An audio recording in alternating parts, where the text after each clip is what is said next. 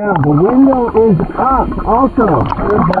Somebody can still be inside. I was able to confirm the vehicle associated with the missing persons in Namus is a red two-door Celica, Jose Guadalupe Cortez. So he was last seen April 4th, 1992 out of Stockton. He was 40 years old at the time. He's now 72. He was last seen at a local bar on April 3rd or April 4th of 1992. He normally stayed at a farm labor camp outside of Stockton. We had Arnell as well that was out of Stockton, who we ended up finding just over here, about 2-3 miles from here.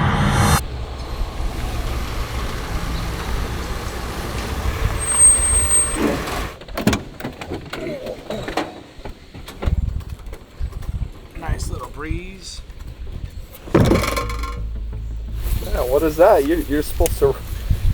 Getting this all organized for Jared for when he needs to put a magnet down. You're supposed to be rolling that up all nice. What's that? I just got told. Well, this has been one heck of a week where we have found one missing person, 47 vehicles, 10 of them we have removed from the river. We have one last mission today. On one of our first couple days, we found a red vehicle that was upside down. Now, initially when we found this Toyota, the only Toyota that was coming up in the area was a vehicle out of Stockton, California, which is about 40 miles to the south of here, that was coming up as a missing persons, but they were missing in a 4Runner. It was reported as a 1975 4Runner. They didn't make 4Runners until mid-1984. So we did some investigation. We have a local contact, a CSO, which is a community service officer, and they were able to verify, no, it is not a 4Runner we're looking for, it's a Toyota Celica. And when we went back and we ended up reviewing some of this footage that we're showing you right now, it's a red vehicle that matches up to the red vehicle that's in the notes. We're gonna start taking some pieces off of it because it's so buried, so silted in, see if we can identify this, and we just might solve that case from 1992 today.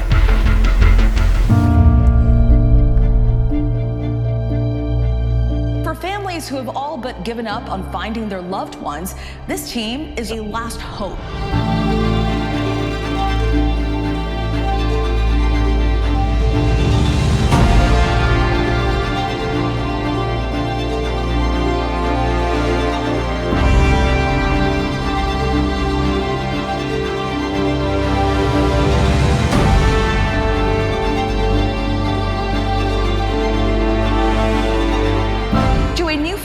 Civilian divers cracking cold cases for free. So I sure do love that dive compressor. So much better than tracking down a dive shop and wasting half a day to a day. Also saves us space and room in the trailer because we used to carry 18 to 20 tanks in here. 20 tanks we would carry. Now with all of this also, I've said this time and time again, we could not be doing it without each and every one of you. And simply by being here and watching the videos, that's the number one thing we can ask for. It doesn't cost you a dime, and we're giving you something in return to be a part of this with us, just simply by watching those videos. So again, thank you. And if you've not yet subscribed, it's free to do so. Some people don't understand that subscribing is free, and it's separate from joining a membership. We also have memberships that are available where the only way for us to give back in that scenario is to offer up videos early over on YouTube, where you can watch our videos a week, 2-3 weeks early when we put them out, and then everything does come out eventually to the public over there. So nasty, dude. You gotta clean that. That water's been collecting in your suit for the past week, and then marinating. It smells amazing. It smells amazing. What's that? What is this? This one, I have 2 dive knives on me. So I have one on my chest that I can reach. If by chance I can't reach this one. Now you place the knives on the inside and not the outside because there's less of a chance of them getting snagged. And if you go back to yesterday's video, I don't know if you can tell or not, but a lot of fishing line. Really dangerous dive yesterday with as much fishing line that was on some of these vehicles that I was having to have the knife out. And I was cutting myself out of it. And as I come up, I've got fishing line stuck here, I've got it stuck in my hoses, I've got it stuck around the knives, and so for that reason I make sure that I always have 2 knives that I dive with, and in situations like that I have the dive knife out at all times so that way I can cut whatever my obstacles are and not get tangled up. And then I'll shoot up after we mark our target this morning.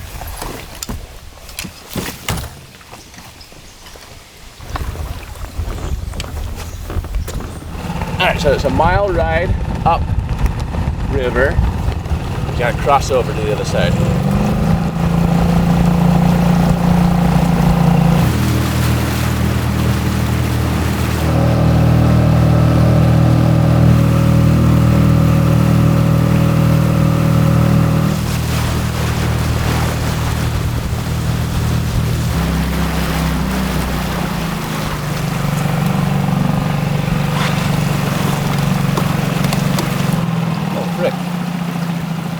There's one here and there's one there that we actually did not get, that I missed. I only brought one magnet.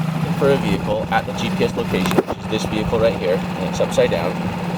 But if you scroll back just a little bit more, you have another vehicle here, and it's not the Toyota Camry we're looking for Julie. That one also looks old, and so for that reason, you're going to have to mark that one. And I only brought one magnet out with me though, so let's do 2 dives. So let's investigate this one first, and then we'll figure out. We're just gonna mark it. We gotta get some other stuff today as well. Right there. That's where it's at. Get ready to toss the magnet. Alright, there it is.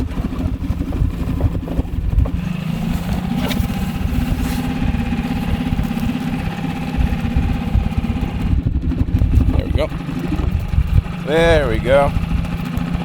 Now we're not going to pull too hard because the car is a little more brittle. It's been down there 30 plus years, which is indicative of the car we're looking for this case. And anytime they're down there for 30 plus years, also they start to become Swiss cheese, where the cars start to come apart just from that deterioration. So last time I was down in the car, you can see I was like punching through the car a little bit for the frame.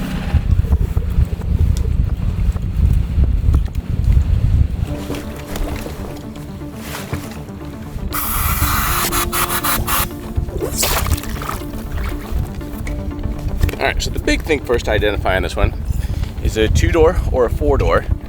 Is a Toyota Celica, if we can figure that out. Now initially, remember the police report said 1975 Toyota 4Runner. Again, they didn't make them until 84. The police report, the updated report that we have has now said it's a 2-door, and I think that I had a 4-door down there. So does that even matter if it is a 4-door? But I guess at this point is it a Celica? It's definitely the right color, and it's definitely a Toyota. So that's the main thing that we're gonna figure out, if it is a Celica.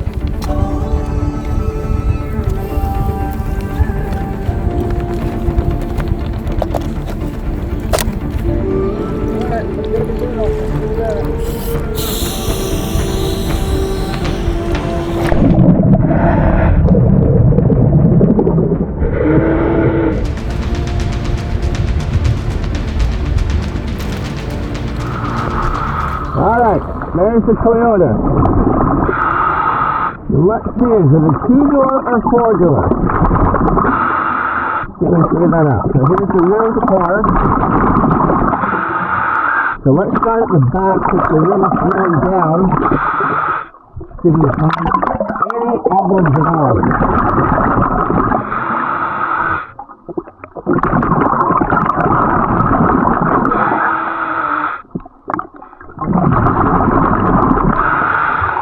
So the trunk is completely gone.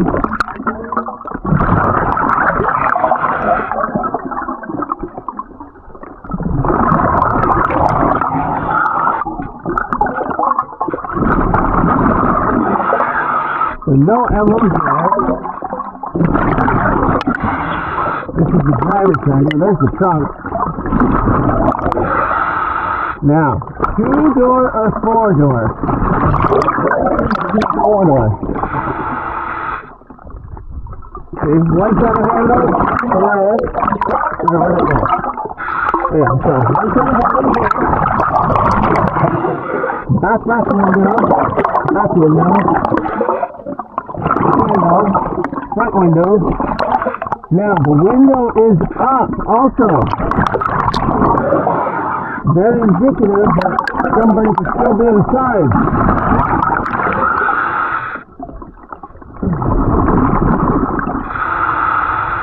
And there was never a license plate on here.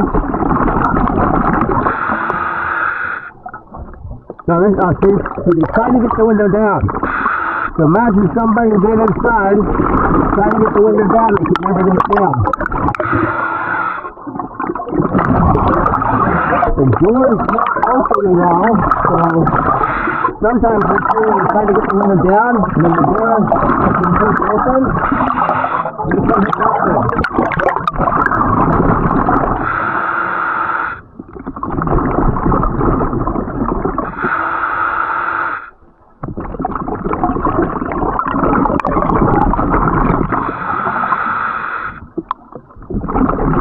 Now, can we tell if this is a, did they make a Ford or a Cadillac?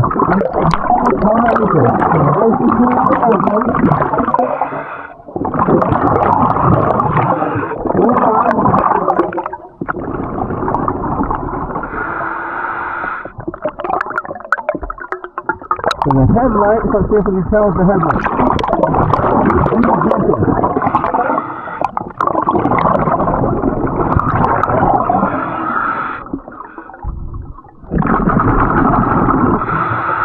So this has square headlight. Alright. So square headlight.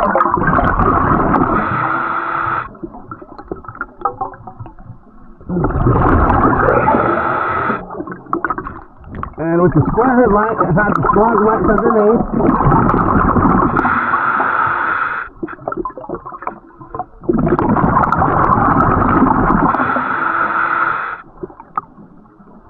Toyota four-door square headlight.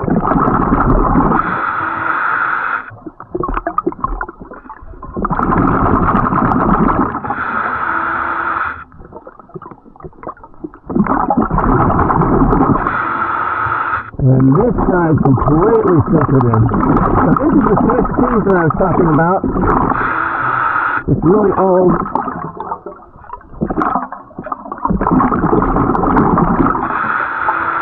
Yeah, there's no markings on this side that I can see.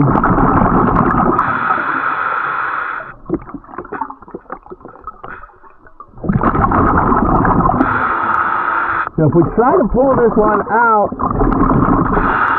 what's going to happen if we don't have a frame to attach to here? The axle is just going to pull right off, and this car is not coming out.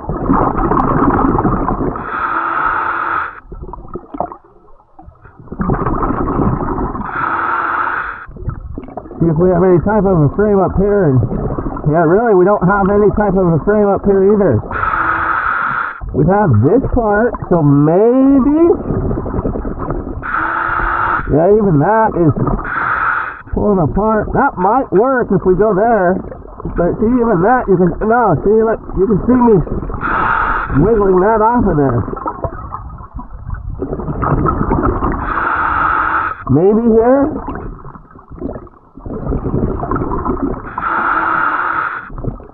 Yeah, that's just really, really weak. So we have to be 100% certain on this if we're going to remove it. We have to be really careful. Let's see back here.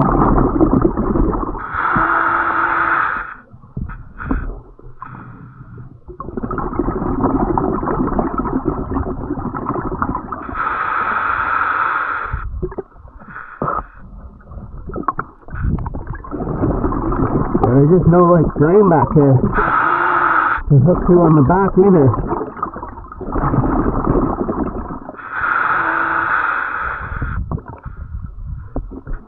Yeah, this is one of those mystery cars. We'll have to research it some more.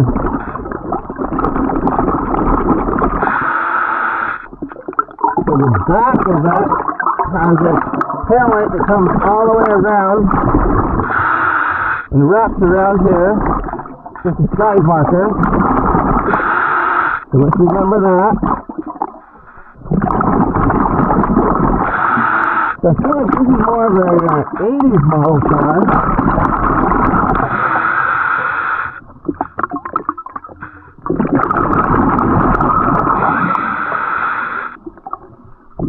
I wish we had an emblem.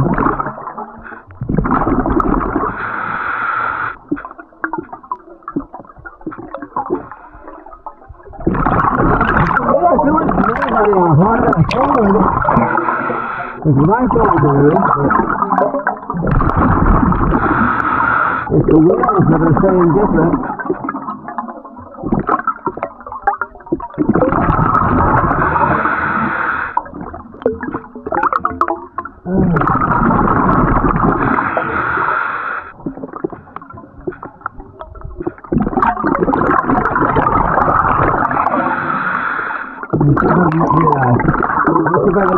If I can't, we'll be able to get a part number off of it.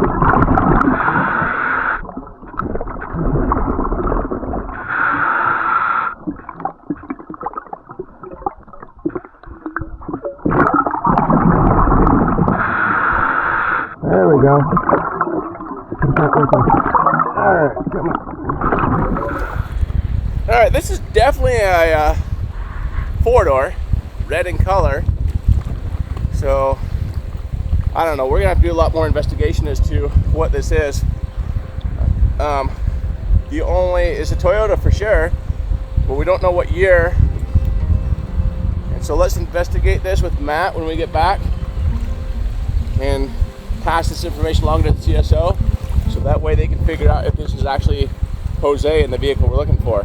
I'm gonna head back down and then just do a free float real quick, see if I can just run in that other car. We don't have time to really jump in and investigate further. We'll mark it for our next trip because we have, 20 plus other cars already marked for our next trip. But so let me just see if I can do a free float on that one. Thank you.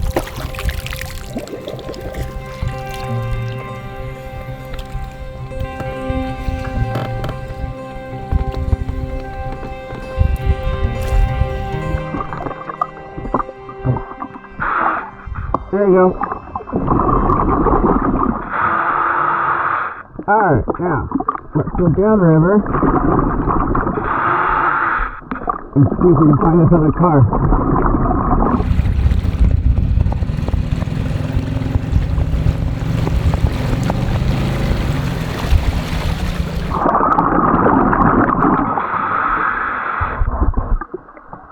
Alright. Our pressure is good, we're at 2400.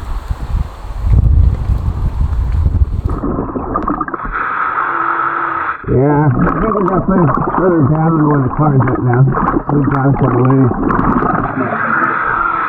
Alright, let's make our way back up on the shore then. Yeah, the current's kind of fast. Nice little swim though. Didn't find it? No, I didn't find it. Needle in a haystack when you're underwater like that. But like I said, we'll put it on the map and we'll investigate it when we're back up at the Clarksburg boat ramp on our next trip.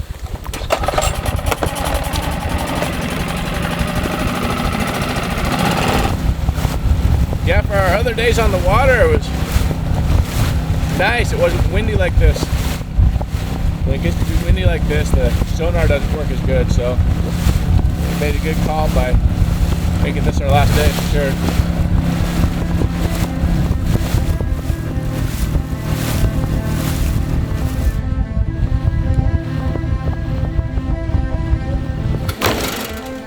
Alright, so it is a four-door. Okay. The Celicas of the 70s had the round headlights. This has square headlights on it. Okay. What I was able to get the tail light on it. Cool. So let's put the boat away, do some research on this one, and then we'll give the information to CSO. So if you want to unload the stuff there, I'll get undressed and then I'll help put the boat away.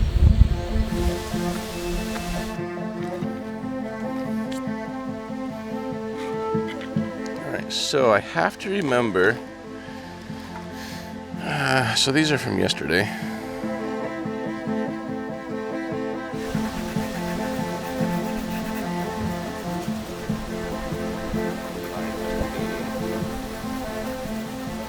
details of this red.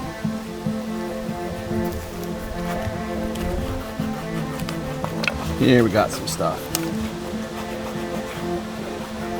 Toyota. All right. I'm gonna go walk down to the water and wash this a little bit.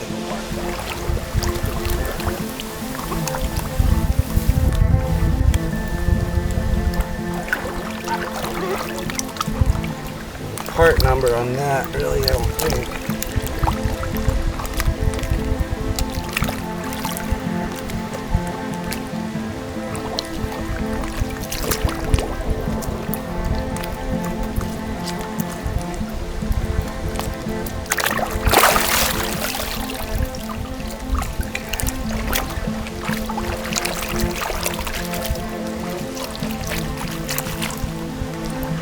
Yeah, these.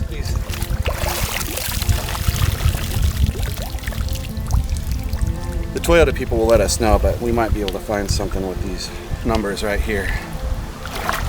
Air ST is a 78. Didn't they put the years on the? So LA? it says 78 a lot on it, so I'm wondering if it's 1978. Let's see if I can make this.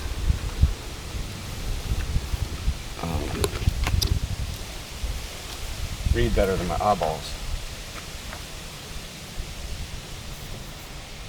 Well, let's just type in 1978 Toyota Celica. Toyota models. 1978 Toyota Celica. And did they make a 4-door in Celica? Cressida. Let's look at the Cressida taillights, just like Arnell. That's a 4-door. So you had you have Celicas, Corollas, Coronas. Yeah, I don't think Celica made a 4-door, did they? No, I don't think so. That's the sports car Yeah. for their brand. So it's not that. So let's go with a Toyota I'm gonna go with Cressida. Nope, not in 78. Cressida. No, in 78 it had a weird I'm gonna go with Corolla. Corona. Corolla. So all of the 70s models have the round headlights. And you have round on this? I have square headlights. Oh, okay. I didn't know that. Yeah, we're in the 80s now. Yeah. Yeah, we graduate to square headlights around the 77 area on a lot of vehicles. Yeah. But, well, across the board. So this is going to be in 80s. These numbers are the same on the back as the ones on the front. Yeah. Look up an 80s Corolla. I swear that's what the headlights are. Well, I can look at it for you. 80s Corolla. What year? Let's just start with like 84. Yeah, sure. Doesn't matter. Nope, not a Corolla. Okay. Try Camry. Oh, yeah. Well, Camry Cressida, that one. I think that was the, they called it that before they called it the Camry. Oh, you know who will know? Mike with Sunshine State Sonar. He blocked you. Yeah, why you block me? Your call has been forwarded to voicemail. I don't know. Oh, you know, I think he started searching today. Let me try it with a good contrasting background here. Search. Okay. Yeah, look at that Corolla. Look at the Corolla.